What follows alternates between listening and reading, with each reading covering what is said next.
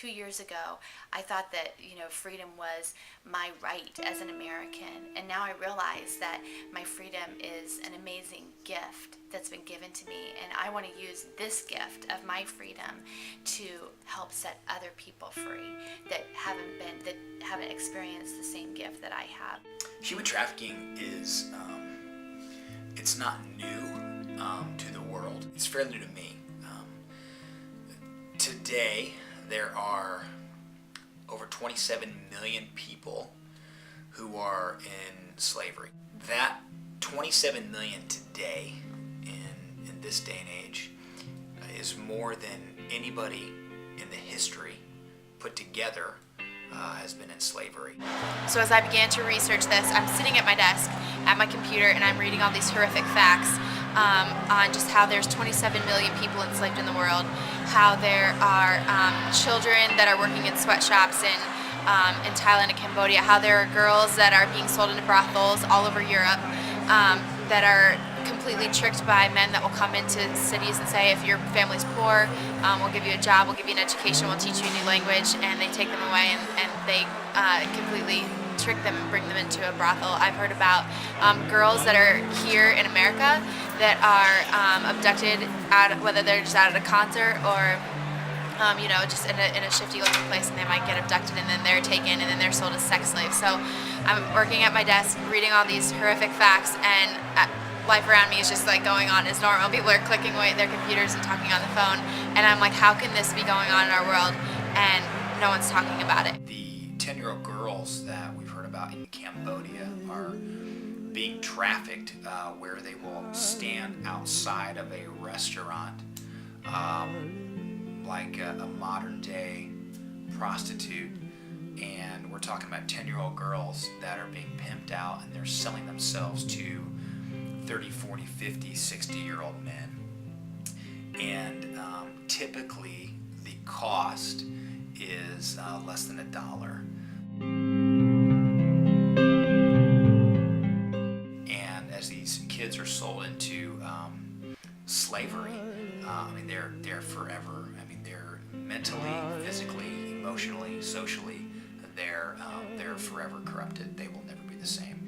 The more research I did, I realized it's a lot like drugs, and it's a lot like weapons, and there's all these different industries that are very hush-hush. And so it's not talked about a lot. It's an industry that's completely in the shadows, and no one talks about it, but it's horrible, and it's one of those things that if we don't bring it into the light, and if it's not an issue we don't talk about, then it's only going to fester and grow worse, and it's going to seep into other areas all over the world, even where we don't think it exists already, it does.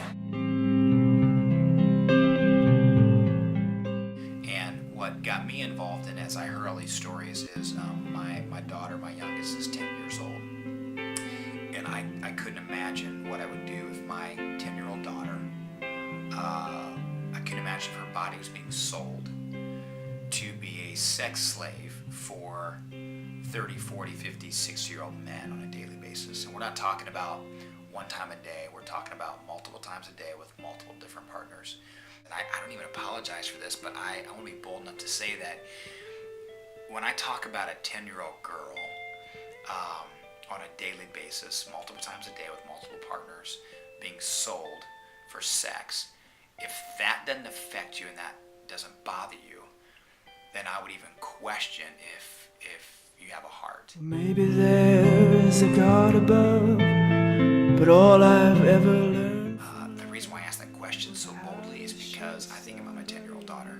If I knew my daughter had been sold, I would do everything in my power to rescue her out of slavery, because it's not right. I began to realize that it wasn't just on, in Cambodia and Thailand and Asia, but it was on nearly every continent of the globe, in almost every single people group. And what really just blew my mind was that it wasn't just happening across the world, but it was happening in our own backyard.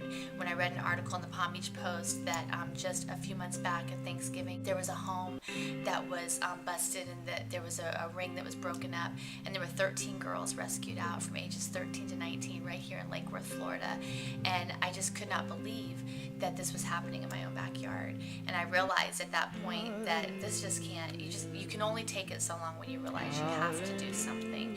And I didn't know what that was, but I knew that I had to do something, and I had to partner with people that were already doing something. Human trafficking is one of those things where it's got to be looked at as a negative thing, because so many cultures today look at it as a positive thing, because they feel like actually we're helping. If kids can't be provided for, we're actually giving them a hope or a future by actually purchasing them and putting them to work. They don't see it as a bad thing. It's just a cultural thing. And so it's not only rescuing kids out of slavery and being modern day abolitionists, but at the same time it's changing the world we live in and the culture we live in to understand that it's not a good thing. You can't own people. There's not a price that you can put on humanity. And really, at the root cause, that there's the demand for this. And how do we even address the demand? Because let's face it, if there was no demand, if there weren't people wanting this, then there wouldn't be a problem. And how do we even begin to address that? I've heard it said that what one generation tolerates, the next generation normalizes.